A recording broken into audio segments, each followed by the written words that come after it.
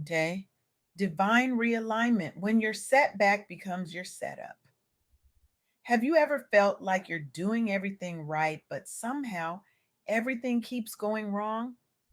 That moment when life seems determined to push you off course despite your best efforts. I recently had the profound privilege of sitting down with Temia Joy Weathersby Julius, a woman whose wisdom and spiritual insight have transformed countless lives across communities of faith. Tamia isn't just a spiritual leader, she's a modern day oracle whose ability to translate divine principles into practical wisdom has helped thousands navigate their darkest valleys and emerge stronger. What struck me most about our conversation wasn't just her eloquence, but the profound simplicity with which she articulated life's most challenging paradoxes. You see, Tamia Joy has this remarkable gift.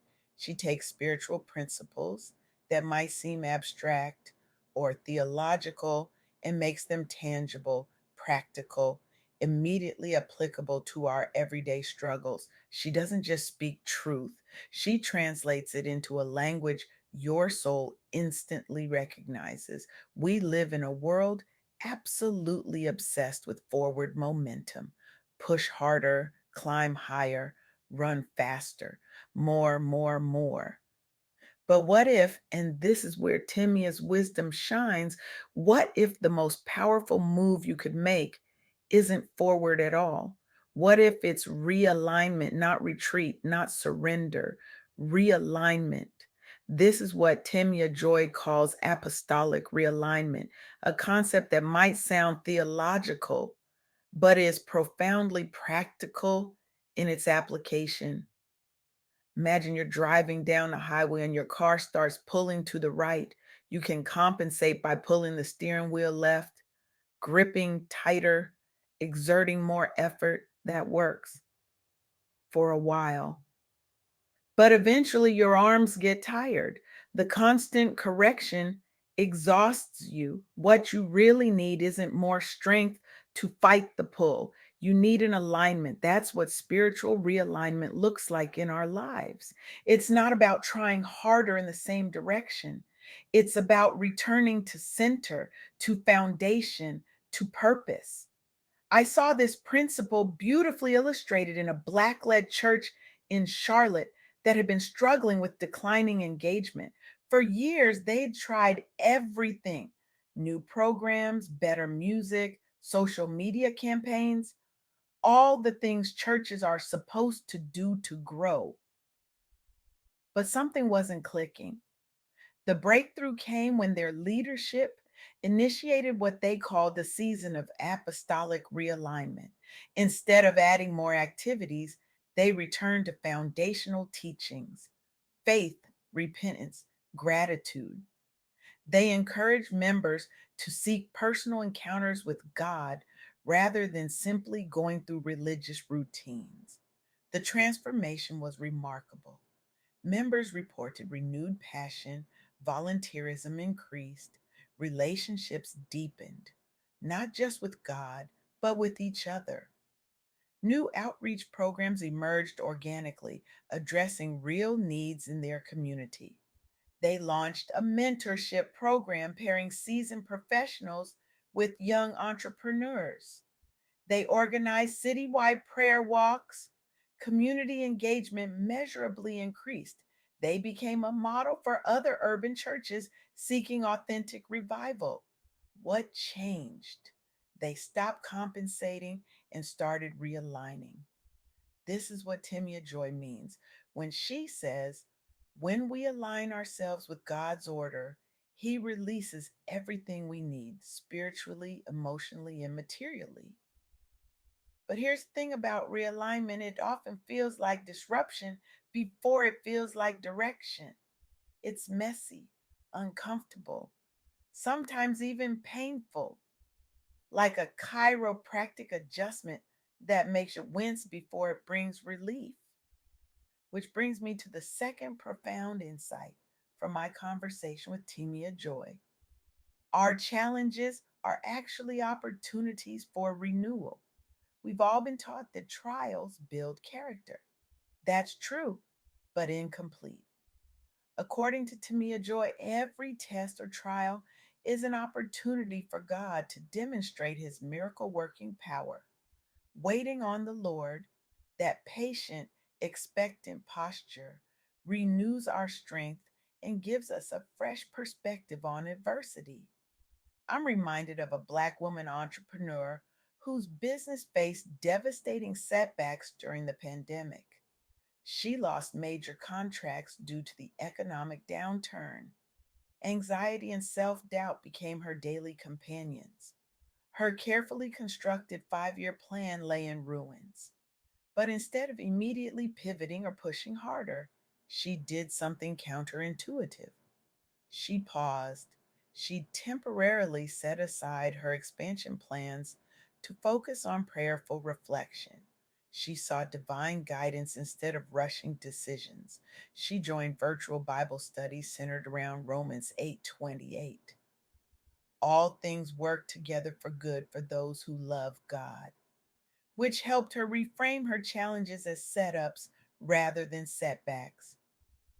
After months of uncertainty, which, let's be honest, probably felt excruciating, unexpected partnership offers began arriving from organizations that aligned perfectly with her values. Her business not only rebounded, but emerged stronger than before, with new revenue streams specifically focused on serving underserved communities. She later won a regional award recognizing resilience among minority owned businesses and began mentoring other women facing similar trials.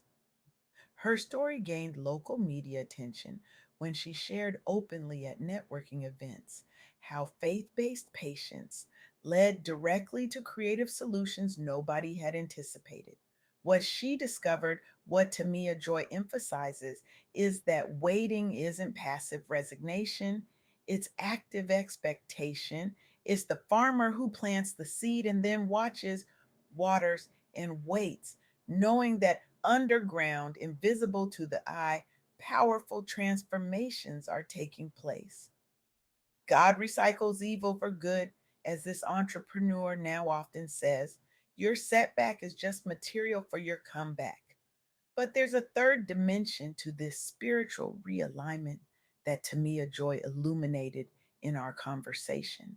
And it might be the most powerful of all, the realization that you yourself are an answer and a solution.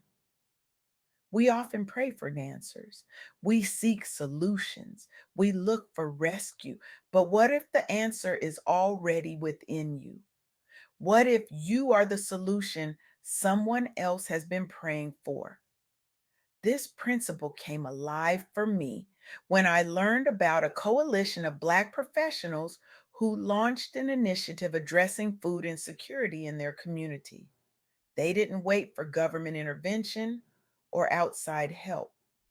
They mobilized their collective skills: logistics experts organizing supply chains, financial advisors securing grants, marketing professionals spreading awareness. Initially, there was skepticism about whether grassroots efforts could make lasting impact amid systemic barriers. But these leaders drew inspiration from biblical principles that each person is made to be an answer, mobilizing talents across disciplines while fostering spiritual encouragement circles among volunteers. The results were extraordinary. They distributed thousands of meals weekly throughout multiple neighborhoods over several months. Many recipients later joined volunteer teams themselves, creating a beautiful cycle of giving and receiving.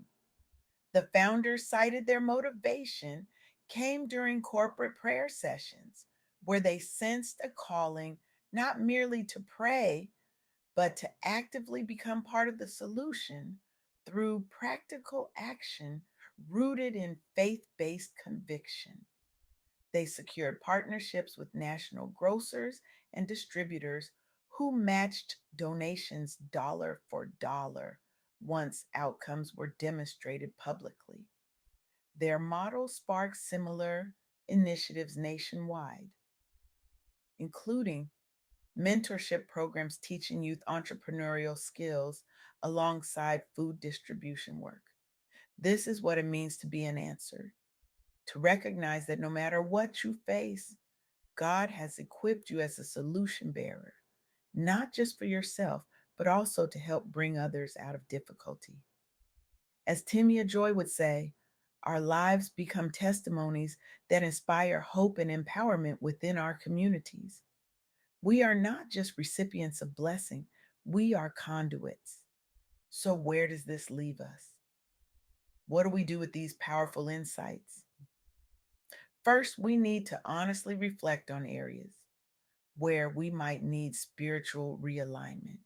Where are we compensating instead of correcting? Where are we gripping the wheel tighter when what we really need is to pull over for an adjustment?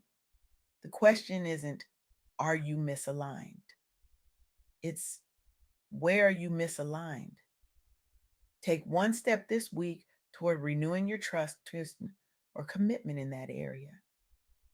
Maybe it's through journaling, joining prayer circles, or seeking wise counsel. The method matters less than the movement toward realignment. Second, look at one challenge differently. As raw material, God can recycle into something good. That difficult colleague, that financial setback, that health diagnosis.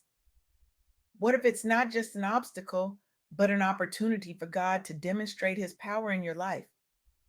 Finally, ask yourself, how might I be someone else's answer today?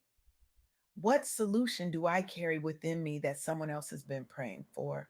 I want to challenge you today, right now in this moment, to embrace divine realignment, not as a spiritual concept, but as a radical life practice.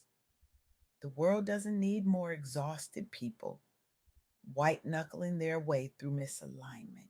It needs people who have the courage to stop, realign, and then move forward with renewed purpose and power. Your setback isn't the end of your story, it isn't even a detour, it's a divine setup, positioning you for a comeback that will not only transform your life, but become the answer someone else desperately needs. The question isn't whether you'll face disruption. You will. The question is whether you'll recognize it as the hand of God, realigning you for something greater than you could ask or imagine.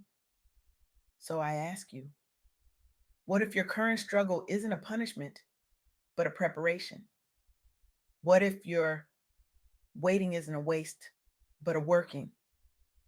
And what if you, yes, you, are already carrying the answer someone is waiting for? The world is waiting for you to realign, renew, and become the answer. The time is now. The person is you.